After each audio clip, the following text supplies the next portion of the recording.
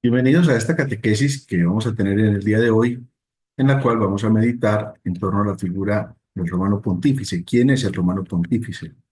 Estamos en esta semana en el inicio del cónclave y en la elección de un nuevo sucesor de Pedro, y por eso me pareció importante dedicar esta catequesis precisamente a esa figura, la figura del romano pontífice, y lo que ha de significar para nosotros como personas creyentes, miembros de la Iglesia Católica.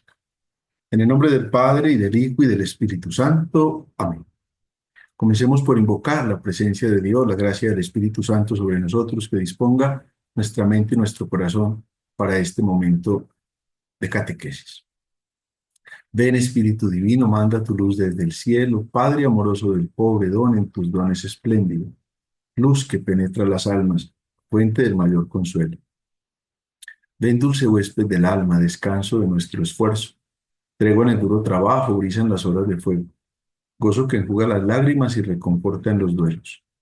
Entra hasta el fondo del alma, divina luz, y enriquecenos. Mira el vacío del hombre si tú le faltas por dentro. Mira el poder del pecado cuando no envías tu aliento. Riega la tierra en sequía, sana el corazón enfermo. Lava las manchas. Infunde calor de vida en el hielo. Doma el espíritu indómito, guía al que tuerce el sendero. Reparte tus 7 dones según la fe de tus siervos. Por tu bondad y tu gracia, dale al esfuerzo su mérito. Salva al que busca salvarse y danos tu gozo eterno. Amén. Vamos a hacer la reflexión en torno a la figura del romano pontífice, que como sabemos y por fe creemos, es el sucesor del apóstol Pedro, a quien el Señor eligió como el primer papa en la historia de la Iglesia. Y para eso los invito a que consideremos de modo particular 4 textos de la Sagrada Escritura. Hay muchos textos del Nuevo Testamento que nos hablan de la figura del apóstol. Imposible que los podamos comentar todos, pero me ha parecido importante escoger estos 4 textos que nos van a marcar una realidad de la figura de Simón Pedro que nos puede ayudar a comprender este momento que estamos viviendo. El primero de esos textos, entonces, consiste precisamente en el llamamiento que el Señor hace a Simón. Está en Lucas 5, versículos del 1 al 10. Dice el texto: Estando Jesús a la orilla del lago de Genezaret, la gente se agolpaba a su alrededor para oír la palabra de Dios. En esto vio 2 barcas que estaban a la orilla del lago. Los pescadores habían bajado de ellas y estaban lavando las redes. Subió entonces a una de las barcas, que era de Simón, y le rogó que se alejara un poco de tierra. Se sentó y empezó a enseñar desde la barca a la muchedumbre. Cuando acabó de hablar, dijo a Simón: boga mar adentro y echad vuestras redes para pescar. Simón le respondió: Maestro, hemos estado bregando toda la noche y no hemos pescado nada, pero basta que tú lo dices, echaré las redes. Así lo hicieron y pescaron tan gran cantidad de peces que las redes amenazaban con romperse. Entonces llamaron por señas a los compañeros de la otra barca para que vinieran en su ayuda. Vinieron pues y llenaron tanto las 2 barcas que casi se hundían. Al verlo, Simón Pedro cayó a las rodillas de Jesús diciendo: Aléjate de mí, Señor, que soy un hombre pecador. Y es que el asombro se había apoderado de él y de cuantos con él estaban a causa de los peces que habían capturado. Y lo mismo les ocurrió a Santiago y a Juan, hijos de Zebedeo, que eran compañeros de Simón. Jesús dijo a Simón: No temas, desde ahora serás pescador de hombres. En este texto de Lucas encontramos nosotros la vocación de Simón Pedro, unido a la de los otros apóstoles, como menciona la Escritura, los hijos de Zebedeo, Santiago y Juan. Nos damos cuenta que Simón está haciendo su tarea cotidiana. Él era pescador. Y desde su tarea cotidiana, Jesús los llama. En esa tarea, esa noche fue una noche de fracaso. No habían cogido nada. Incluso ya habían terminado la jornada. Sin embargo, nos damos cuenta que Pedro obedece a lo que el Señor le está diciendo cuando le advierte que vuelva a llevar las embarcaciones hacia adentro del agua. Y allí, aquellos que no habían pescado nada, que no habían cogido ningún pez, pues logran una pesca muy, pero muy abundante. Esto lleva a Pedro a reconocer una realidad especial en Jesús. El versículo 8 muestra que la respuesta a ese encuentro que Jesús tiene con Pedro, la respuesta que le da Pedro es muy fuerte, está en el versículo 8. Simón Pedro cayó a las rodillas de Jesús y le dijo, aléjate de mí, Señor, que soy un pecador, soy un hombre pecador. Desde el principio, Simón Pedro se presenta desde su fragilidad humana. No se presentó como un gran comerciante de peces, ni como un hombre pulcro e inmaculado, sino que se presentó precisamente como un pecador. Y dice el texto que era que el asombro se había apoderado de él y de los que con él estaban. En ese reconocimiento profundo de humildad, el Señor no entra a juzgar a Pedro. Por el contrario, el Señor le dijo, primero, que no tenga miedo, no temas. Y segundo, que desde ese momento Él lo hace pescador de hombres. Vemos esas tres realidades. Primero, Pedro, que se considera un hombre pecador. Segundo, Pedro, que está lleno de temor y por eso el Señor le dice que no tenga miedo. Y en otros episodios de la Escritura vamos a encontrar esa misma figura. Y tercero, el Señor lo designa como pescador, pero ya no de peces, sino pescador de hombres. Es la tarea que el Señor, desde el principio, conforme a lo que nos enseña el Evangelio de Lucas en este capítulo 5, es la tarea que el Señor le está poniendo. A ese pecador que está lleno de temor, que reconoce su fragilidad, lo hace pescador de hombres. El segundo texto es muy significativo y lo trae el Evangelio de Mateo en el capítulo 16, versículos del 13 al 19. En ese momento el Señor ya les está haciendo la pregunta acerca de quién es Él. Voy a leer el texto también. Llegado Jesús a la región de Cesarea de Filipo, hizo esta pregunta a sus discípulos. ¿Quién dicen los hombres que es el Hijo del Hombre? Ellos dijeron, unos que Juan el Bautista, otros que Elías, otro que Jeremías o uno de los profetas. Díceles él, ¿y vosotros quién decís que soy yo? Simón Pedro contestó, tú eres el Cristo, el Hijo de Dios vivo. Replicando Jesús le dijo, bienaventurado eres Simón, hijo de Jonás, porque no te ha revelado esto la carne ni la sangre, sino mi Padre que está en los cielos. Y yo a mi vez te digo que tú eres Pedro, y sobre esta piedra edificaré mi iglesia, y las puertas del infierno no prevalecerán contra ella. A ti te daré las llaves del reino de los cielos, y lo que ates en la tierra quedará atado en los cielos, y lo que desates en la tierra quedará desatado en los cielos.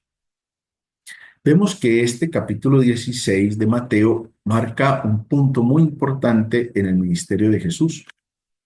Encontramos unas revelaciones muy importantes. Primero, el texto nos incluye la petición de una señal, la confesión de Pedro de la identidad de Jesús y luego el primer anuncio que han conseguido en el versículo 20, Jesús va a ser propiamente de su pasión. Incluso no leí el texto, pero lo pueden leer en la Sagrada Escritura, cuando él empieza a decir en qué consiste eso de ser Mesías, Pedro lo lleva aparte y le dice, lejos de ti, Señor, apártate de esa realidad. Y el Señor más bien le dice, apártate de mí, Satanás. Es interesante ver cómo, después de que lo ha nombrado piedra, lo pone ahora ya como Satanás. Eso muestra la realidad misma de lo que significa para los creyentes comprender verdaderamente quién es Jesús. Porque ahí encontramos nosotros en este texto cómo Jesucristo fundó realmente su iglesia y colocó a Simón como roca, como piedra angular de la misma iglesia. Pedro entonces es el fundamento sobre el que Cristo edifica sus comunidades, recibe una misión de la que todo el pueblo debe beneficiarse, incluso contra las fuerzas del mal, que son poderes de la muerte, se asegura la victoria de la iglesia constituida precisamente sobre Pedro.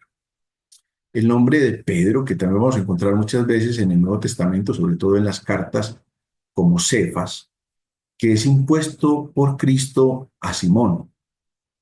En la traducción clásica vamos a encontrar que significa roca, más bien que piedra, porque la roca es una masa sólida, natural, de gran tamaño, compuesto por uno o más minerales, en cambio que la piedra es un fragmento más pequeño que ha sido separado de la roca. Si buscamos la etimología de Cefas, lo encontramos en hebreo o en griego, vamos a encontrar que es más dirigido a la figura de roca, Pedro o Simón como roca. Por eso, la gracia de este nuevo nombre que el Señor le da, Simón Pedro, participa o nos hace comprender la solidez duradera de la fidelidad inquebrantable de Dios y de su Mesías. Esta elección gratuita que Jesús hace de Pedro, porque no hay una consulta popular para eso, no le pregunta a los demás apóstoles, simplemente él lo acoge, pues se va a desempeñar en la fidelidad con la que Pedro va a asumir esta tarea. Y ahí que nosotros encontramos en el Papa un punto firme y seguro de nuestra fe, porque Jesucristo quiso edificar su iglesia sobre Pedro y sobre sus sucesores. Y en sus enseñanzas, en su magisterio pontificio, hallamos una roca inconmovible de frente a los oleajes que tiene la vida moderna de confusión doctrinal, que hoy se arremolinan, digámoslo así, se encuentran por todas partes, sobre todo en esta época en la que pretendemos incluso cambiar muchos elementos del Evangelio o pretendemos que la modernización misma de la Iglesia tiene que contravenir a lo que el Evangelio mismo nos está enseñando. De ahí que esa figura de Pedro es la figura precisamente de la solidez. Cristo es la piedra angular, pero sobre esa piedra angular Cristo ha querido poner una figura muy frágil, que es la figura de Pedro. Lo acabamos de escuchar en el primer texto que les leí de Lucas capítulo 5, en el cual Pedro se presenta es como un hombre pecador. Y si miramos nosotros un poquito de acuerdo a lo que los evangelios nos van mostrando, esa figura de Pedro, pues es una figura, a comparación de otros apóstoles, quizás mucho más frágil desde el punto de vista humano. Ahí tenemos, por ejemplo, la figura de Mateo. Mateo, que era otro apóstol. Mateo era el cobrador de impuestos para los romanos, o sea que Mateo sabía de matemáticas, sabía de economía, sabía manejar los dineros. Podría haber pensado que tenía grandes habilidades para eso.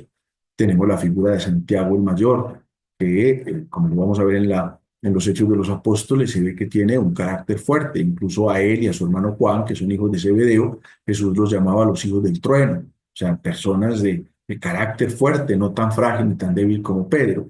Pensamos, por ejemplo, en un hombre ya como Pablo. Pablo no fue apóstol de los 12 apóstoles de Jesús, sino que fue apóstol después de la resurrección de Cristo, un hombre muy preparado académicamente. Incluso él mismo se presenta como un gran fariseo, cumplidor de las leyes, formado por Gamaliel, y un hombre que no tiene miedo a una recta doctrina. Pedro, por el contrario, no. Pedro se muestra titubeante y frágil. Y así otros, como Natanael, que la iglesia reconoce como el apóstol Bernabé, que el mismo Jesús advirtió, ese es un israelita en quien no hay dolo, o sea que tuvo que haber sido un hombre muy bueno, porque de nadie más dice Jesús esa realidad. Si le preguntáramos a San Pablo qué lectura hace de este texto, de este episodio, pues San Pablo nos podría decir, llevamos este tesoro en vasijas de barro para que se muestre que es la fuerza de Dios y no la fuerza del hombre la que está actuando. Ahí entendemos entonces un segundo momento significativo en la que Jesús apoda a Simón Pedro. Y la iglesia lo reconoce desde el principio como eso. Y por eso, como les decía, tantas veces lo van a mencionar con el nombre de Cefas. Incluso se pierde el nombre de Simón, se menciona la figura de Cefas. Ese segundo texto entonces nos ayuda a comprender esa figura de Simón como roca firme sobre la que se apoya la iglesia naciente. El tercer texto lo encontramos en Lucas en el capítulo 22, versículos del 31 al 32, cuando esto se da en el contexto de la última cena. Y el Señor le dice, Simón, Simón, mira que Satanás ha solicitado el poder cribaros como trigo, pero yo he rogado por ti para que tu fe no desfallezca. Y tú, cuando hayas vuelto, confirma a tus hermanos. Jesús, haciendo sin duda alusión al nombre de Pedro, le anuncia que deberá confirmar a sus hermanos y le da a entender que impedirá que le fallezca su fe.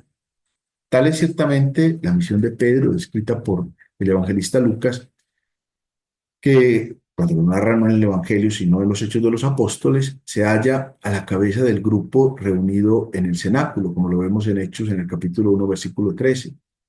Pedro es el que preside la elección de Matías, que Matías sabemos es el sucesor o el que reemplazó dentro del grupo de los apóstoles a Judas Iscariote. Pedro es el que juzga, por ejemplo, a Ananías y a Sáfira, como aparece en Hechos capítulo 5, versículos del 1 al 11. El nombre de los apóstoles que están con él proclama Pedro ante las multitudes la glorificación mesiánica de Cristo resucitado y anuncia el don del Espíritu Santo. En fin, es interesante que nosotros veamos cómo el evangelista, aún aludiendo a la fragilidad de Pedro, que no está exento de dificultades desde el punto de vista humano, sino que es tentado como los demás apóstoles, subraya que goza de una oración especial por su perseverancia en la fe. Cuando Jesús le dice, he rogado por ti para que tu fe no desfallezca. Fíjense que Pedro no fue preservado de la negación, porque esto fue antes de que Pedro lo negara 3 veces, sino que ya era consciente Pedro y el mismo Jesús, consciente de su fragilidad, es decir, de la fragilidad de Pedro. Pero ahí el Señor lo confirma en la fe. Cuando hayas vuelto, confirma a tus hermanos, en virtud precisamente de la oración que Jesús, para que Pedro pudiera así continuar su misión de confirmar a sus hermanos. Pedro es el único discípulo al que Jesús se dirige personalmente en los 4 evangelios. Y de hecho es el único individuo por el que Jesús rezó, como lo acabamos de escuchar. He rogado por ti para que tu fe no desfallezca. Y el cuarto texto que nos sirve dentro de esta catequesis que estamos considerando es este texto de Juan en el capítulo 21, versículos del 15 al 17, que es el capítulo con el que se cierra el Evangelio de Juan, con el cual Cristo confía a Pedro el cuidado de su grey. Dice el texto, después de haber comido, dice Jesús a Simón Pedro, Simón de Juan, ¿me amas más que estos? Le dice él, sí, Señor, tú sabes que te quiero. Le dice Jesús, apacienta mis corderos. Vuelve a decirle por segunda vez, Simón de Juan, ¿me amas? Le dice, sí, Señor, tú sabes que te quiero. Le dice Jesús, apacienta mis ovejas. Le dice por tercera vez, Simón de Juan, ¿me quieres? Se entristeció Pedro de que le preguntase por tercera vez, ¿me quieres? Y le dijo, Señor, tú lo sabes todo, tú sabes que te quiero. Le dice Jesús, apacienta mis ovejas. Por 3 veces, en una forma quizás muy solemne, Cristo resucitado confía a Pedro el cuidado de la grey entera, corderos y ovejas. Cristo le anuncia a Pedro su martirio futuro, pero luego va a terminar el evangelio diciendo, sígueme. Se ha de seguir las huellas de su maestro, no es solamente dando su vida, sino comunicando precisamente la vida eterna a sus ovejas, a fin de que ninguna perezca. Tenemos entonces este texto que confirma, si Pedro me negó 3 veces Pedro confirma que me ama. En ese momento Jesús hubiera podido hacerle un reclamo a Pedro sobre su comportamiento, sobre su actitud, sobre su fragilidad, sobre el miedo del que se dejó llenar, en fin, tantas cosas desde el punto de vista humano. Sin embargo, el Señor viene y pregunta a Pedro ese amor que tiene por él. A ver, usted sí me ama con un amor como de compromiso, me siente su hermano, me siente que estamos trabajando juntos por la misma obra, que son el sentido de las dos primeras preguntas. Y Pedro le contesta, sí, con toda tranquilidad. En la primera le dice, apacienta mis corderos, en la segunda le dice, apacienta mis ovejas. Pero ya en la tercera vez, cuando el Señor le pregunta precisamente si lo amas, si miráramos el texto en griego, le usa el verbo agapao, que es el amor de donación, el amor total, el amor de entrega, el amor que, como dice San Pablo en la carta a los Corintios, en el capítulo 13, lo aguanta todo, lo espera todo, lo cree todo, se goza en la verdad, no se goza en la injusticia, en fin, da ahí San Pablo una serie de afirmaciones acerca del amor. Por eso cuando el Señor le está preguntando esto, que en castellano no tiene tanta fuerza como si lo va a tener en griego, dice, se entristeció Pedro y simplemente le contestó, Señor, tú lo sabes todo, tú sabes que te amo, como quien dice, tú me conoces, tú sabes cómo soy de frágil, tú sabes que desde el principio, como lo vimos en Lucas 5, te advertí que yo era un pecador, te mostré a lo largo de mi vida que soy una persona muy frágil, pero tú que me conoces, tú sabes que desde lo que yo soy, desde lo que yo tengo, desde lo que yo puedo, yo te amo. Y es esa confirmación importante precisamente para descubrir cómo el Señor lo pone a el cuidado de su grey, de corderos y de ovejas, tratando de entender con esta distinción de santos y pecadores, que es la figura que el romano pontífice tiene que hacer velar por todo el pueblo santo de Dios.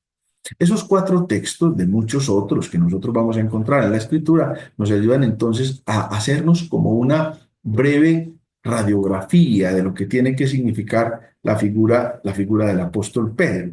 Sin duda, si miramos a cada uno de los evangelios, nos vamos a dar cuenta que en ellos hay una particularidad. Por ejemplo, Marcos contempla y escucha a Jesús a través de los ojos y oídos de Pedro. Muchos episodios que vamos a ver en el Evangelio de Marcos son precisamente lo que Pedro vio y lo que Pedro escuchó. Para el evangelista Mateo, Pedro es el fundamento y custodio de la asamblea mesiánica, es decir, de la iglesia que va surgiendo, del nuevo pueblo de Dios. En el Evangelio de Lucas se trata primero que se convirtió y evangelizó, y aquel que ha de fortalecer a los creyentes, como lo acabamos de escuchar en el texto. Y para Juan, Pedro es el portavoz y el pastor del rebaño de Jesús. También aparecerán otros textos, por ejemplo, en la primera carta a los Corintios, a partir del capítulo 15, ya San Pablo está advirtiendo que Cristo resucitado se apareció a Cefas antes de manifestarse a los 12. En todas partes del Nuevo Testamento se pone de relieve esta preeminencia de Pedro. De hecho, nos damos cuenta que Mateo es interesante. ¿Por qué? Porque encarna en Pedro la fe y la duda. Esas dos realidades que van a permanecer en Pedro, en todos los creyentes. Vemos cómo en los Hechos de los Apóstoles, Pedro es el portavoz de los creyentes, tanto para anunciar el Evangelio como en situaciones de conflicto. Incluso también lo vemos como un taumaturgo, es decir, un hombre que sana. Incluso algunos pregaban que al menos la sombra de Pedro los tocara para que quedaran curados. Y Pedro coordina, por ejemplo, la evangelización de los samaritanos y la misión ante los gentiles, aprobando la actitud que va a tener Pablo, por ejemplo. Bueno, estos textos bíblicos nos ayudan a comprender entonces cómo la figura de Pedro no se trata de una figura de un ser fuera de lo normal o de un ser como traído de otro planeta o de un ser que sea extraordinariamente raro. Se trata de un hombre que desde su condición de fragilidad y de pecado, que desde su poca capacidad, digámoslo así, intelectual, Dios escoge para que guíe a su pueblo.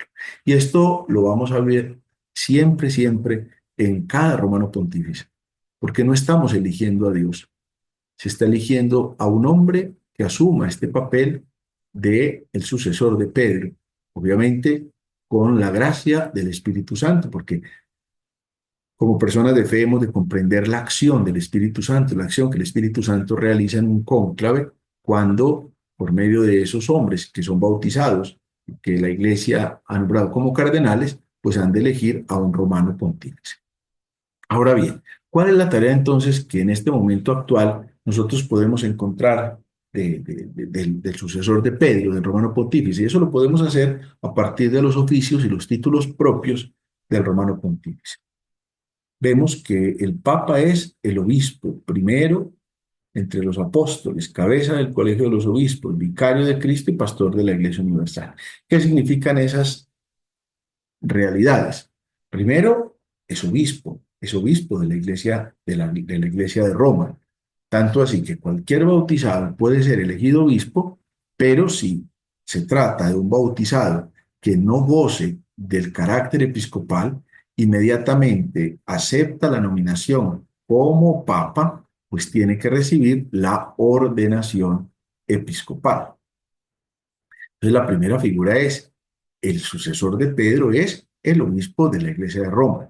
Por eso no tendría sentido que el Papa fuera obispo de otro lugar distinto a Roma, por la tradición apostólica que ya todos tenemos. Incluso se ha dado épocas en la historia que el Papa ha tenido que estar en otros lugares, como cuando el Papa tuvo que trasladarse a Viterbo dentro de la misma Italia, o cuando el Papa tuvo que trasladarse a Aviñón, que es en Francia, pero por eso tantas veces, incluso hay un personaje muy interesante que es Santa Catalina de Siena, que rogaba precisamente por volver a esa figura del Papa como obispo de Roma, por esta conexión con Pedro que terminó siendo obispo, es decir, apóstol en la sede de Roma. En segundo lugar, es el primero entre los apóstoles. Se trata de superioridad y subordinación de los demás frente a la figura de los demás apóstoles.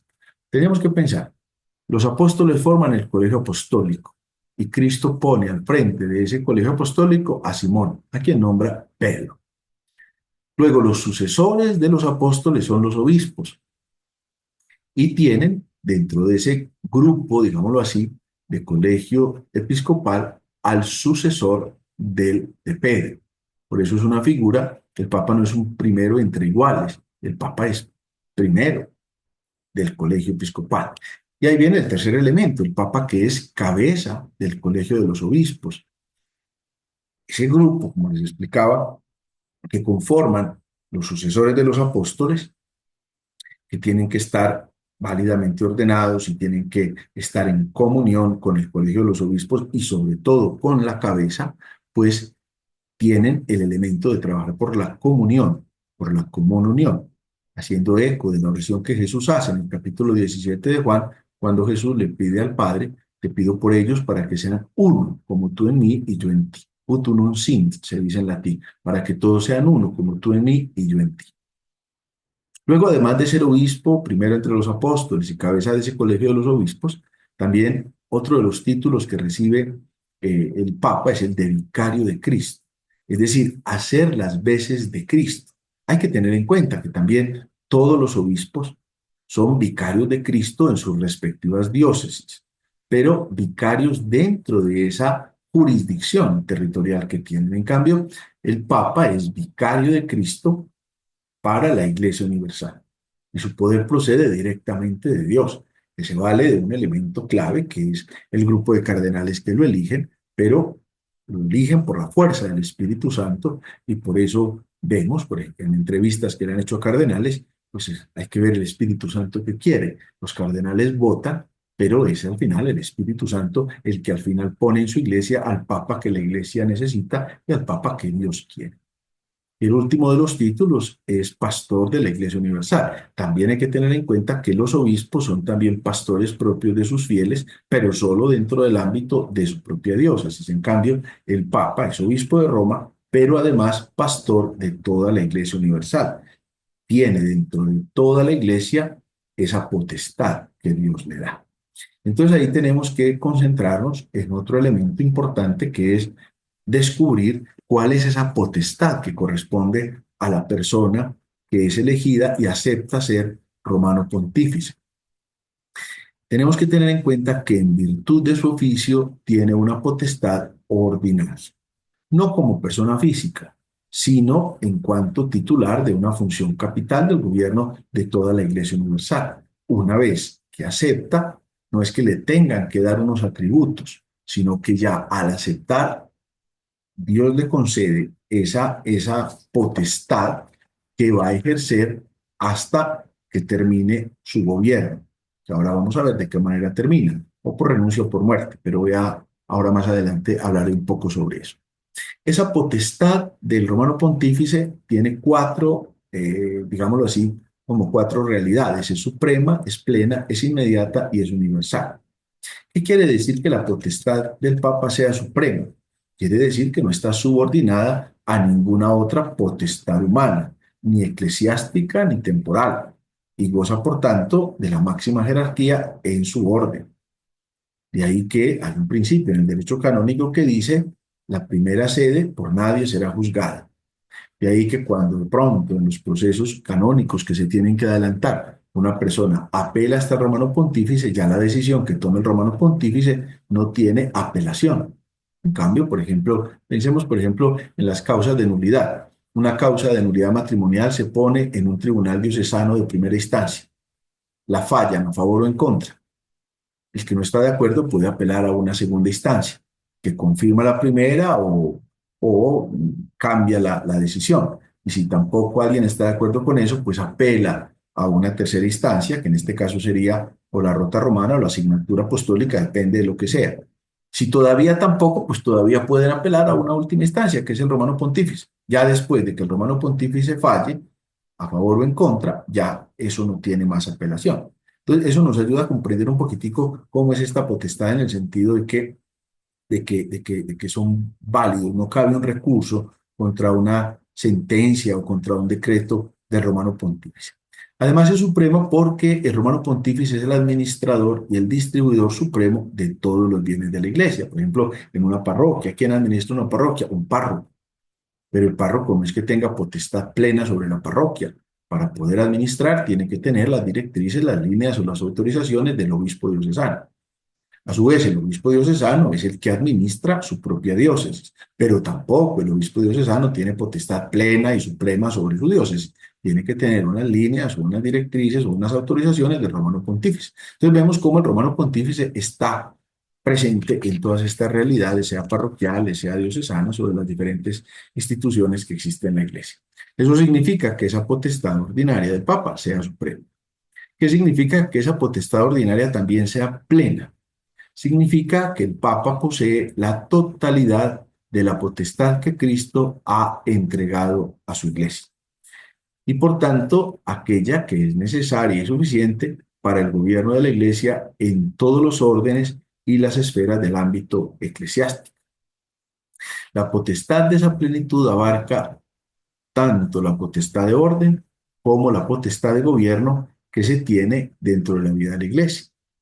Cuando hablamos de la potestad de orden que nos viene, tenemos la potestad de, de enseñar, de santificar y de gobernar. Pues el Papa es el que tiene la potestad plena. Ahora bien, podría surgir la pregunta, entonces el Papa no tiene ningún límite. Al contrario, por estar al servicio de la Iglesia, los fines de la Iglesia son los que limitan esto. Es decir, el Papa no puede contradecir el Evangelio. A veces hay algunas personas cuando empiezan a hablar de un candidato de otro y lo ponen como si pudiera incluso cambiar cosas que son establecidas por Cristo mismo. Eso sería imposible. ¿Por qué? Porque el Papa no puede ir más allá del Evangelio. El Evangelio es la ley fundamental de la Iglesia. El Papa no puede contradecir el Evangelio por más que quiera presentarse esa persona o quiera ser presentada por los medios de comunicación como una persona aparentemente de avanzada que pudiera contradecir la moral establecida en el Evangelio o la moral que establece el derecho natural. Además, advierte también que esa potestad ordinaria del Papa, además de ser suprema y plena, como lo acabamos de escuchar, es una potestad inmediata, es decir, el Papa puede ejercer su potestad con relación con todos y cada uno de los fieles, en relación con todas y cada una de las iglesias particulares, sin necesidad de permiso. Y ahí que un fiel tiene derecho a dirigirse al Papa directamente para expresar sus peticiones y deseos. Por ejemplo, como les explicaba ahora en el caso de la nulidad matrimonial. Si una persona no quiere seguir el proceso en un tribunal diocesano, pues podría apelar al Papa. Pero ¿cuál es el problema? Que ya lo mencionábamos ahora, que lo que el Papa sentencia es causa finita, es decir, ya no tiene apelación. Entonces, por eso es importante seguir los debidos procesos, seguir el recurso de la manera como se está presentando. Finalmente, esa potestad del hermano pontífice es universal, es decir, se extiende a todos los ámbitos de la iglesia, ya se trate de los territorios, ya se trate de las personas, se trata de las materias, siempre y cuando caigan dentro del ordenamiento eclesiástico.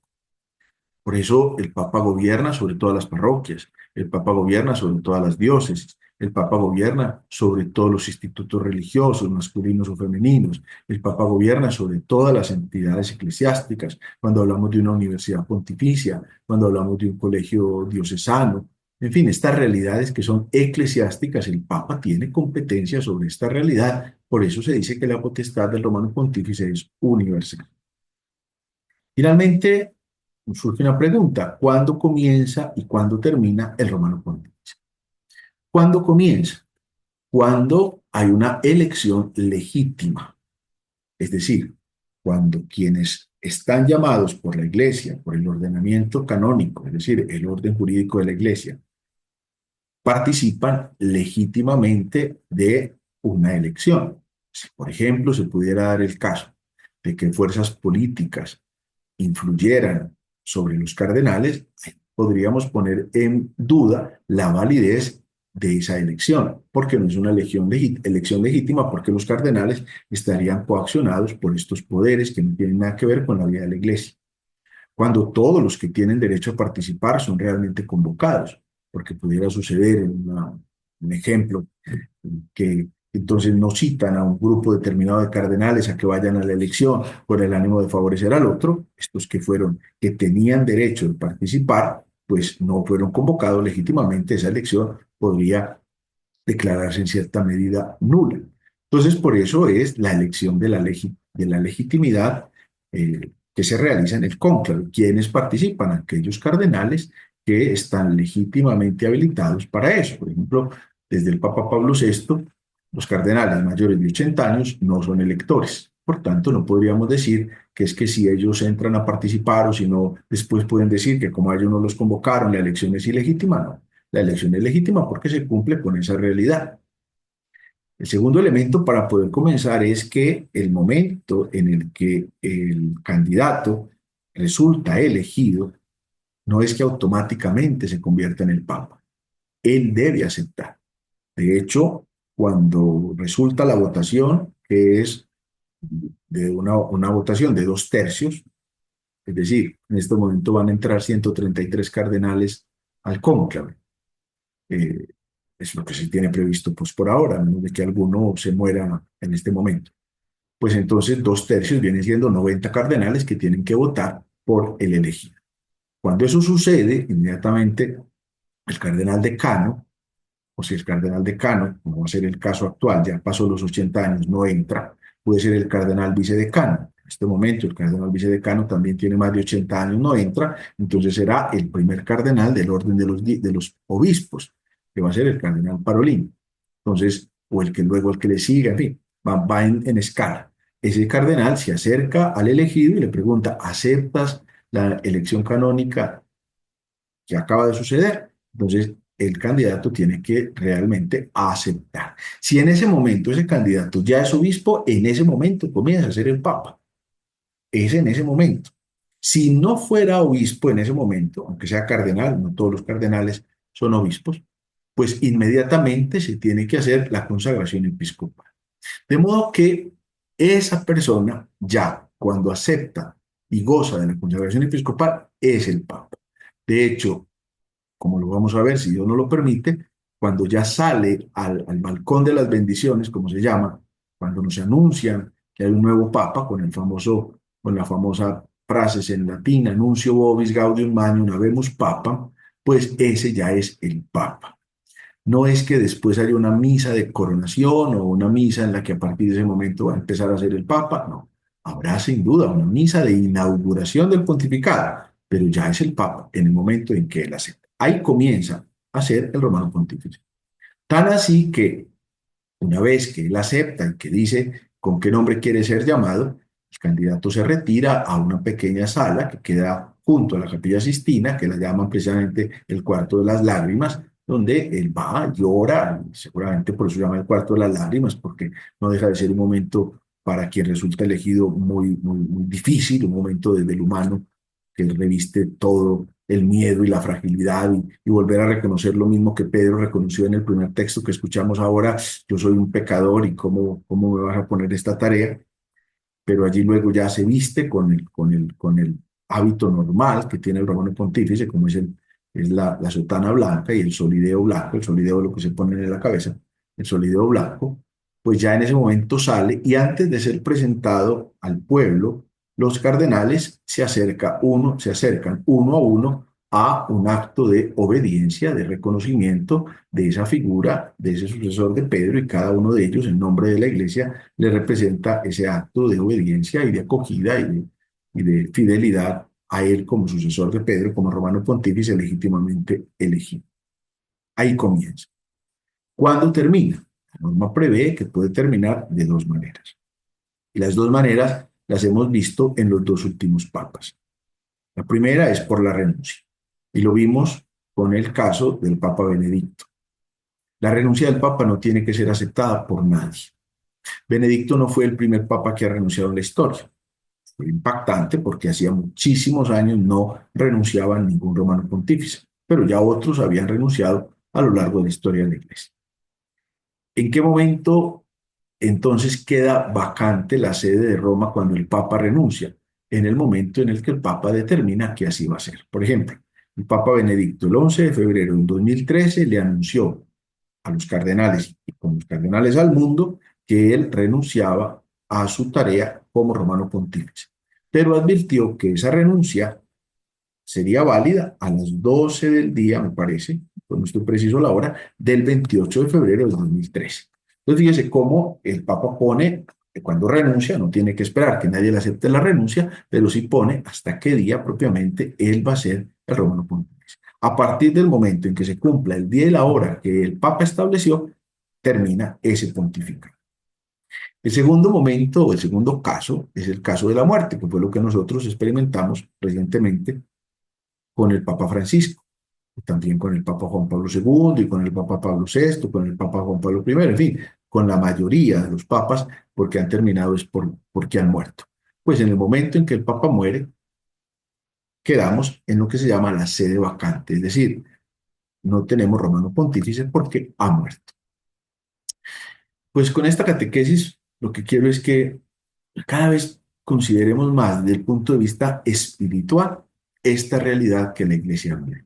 No podemos prestarnos a especulaciones o a comentarios, a veces serios, a veces superficiales, a veces de corte, digámoslo así, mediático, a veces de corte político, sociológico. Nosotros tenemos que acercarnos a la figura de Pedro desde el punto de vista espiritual, sabiendo que el Señor desde el principio ha puesto a hombres como Pedro, frágiles, pecadores, temerosos, pero que quieren abrirse a la gracia de Dios y que asumen ante Dios la tarea que Dios les pone. Gobernar la iglesia nunca ha sido fácil.